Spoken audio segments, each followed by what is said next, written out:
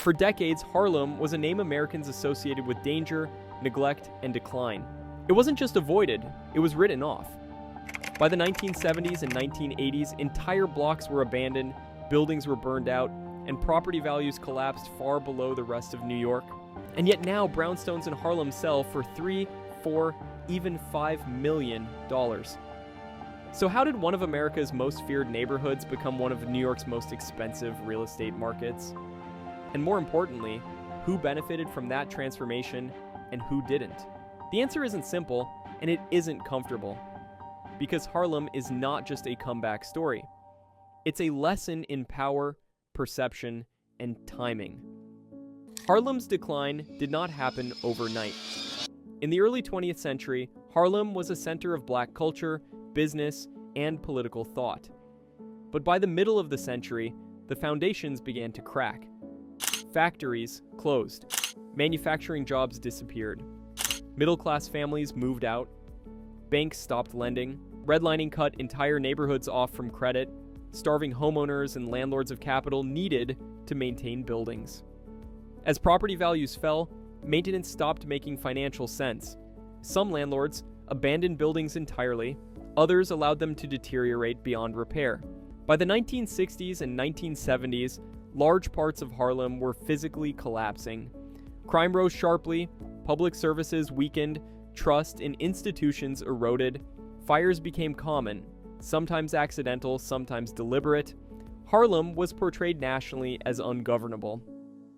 This was not just a media narrative. Property values collapsed to levels that would later sound absurd. Entire apartment buildings sold for tens of thousands of dollars. Some changed hands for less than the price of a family car. Harlem was not simply cheap, it was considered beyond recovery. Despite the collapse, Harlem was never empty. It remained a cultural and social anchor for Black America. Churches stayed open, families stayed rooted, local businesses continued operating under extreme pressure. Most residents were not involved in crime.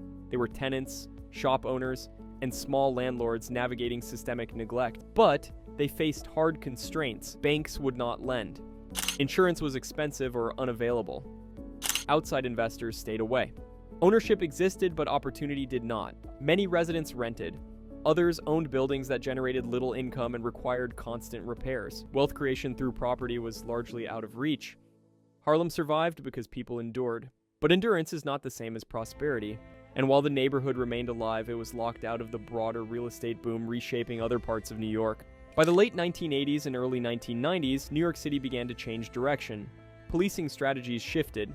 Crime began to fall across the city. At the same time, city policy moved toward reinvestment. Abandoned buildings were transferred through city programs. Tax incentives encouraged redevelopment. Infrastructure spending slowly returned. This was not a sudden revival. Harlem did not transform overnight, but the trajectory changed. The worst years were no longer getting worse, and that alone altered behavior. Harlem's cultural identity, once used as a warning, became a point of interest. Restaurants reopened or expanded. Venues filled again. Foot traffic increased. People spent time in the neighborhood and left without incident. This mattered. Not because it created a boom, but because it weakened fear. Harlem began to feel usable again. It was no longer somewhere people categorically avoided. That shift happened quietly, long before most buyers were willing to commit capital. Once confidence returned, capital followed quickly. Developers acquired properties in bulk. Renovations accelerated. Institutional investors entered. Buildings that had sat and neglected for decades were refurbished, repositioned, and repriced. Rents rose. Ownership shifted. What had once been a neighborhood defined by long-term residents and small landlords became increasingly shaped by outside capital. Brownstones that sold for a few $100,000 in the early stages of recovery climbed into the millions.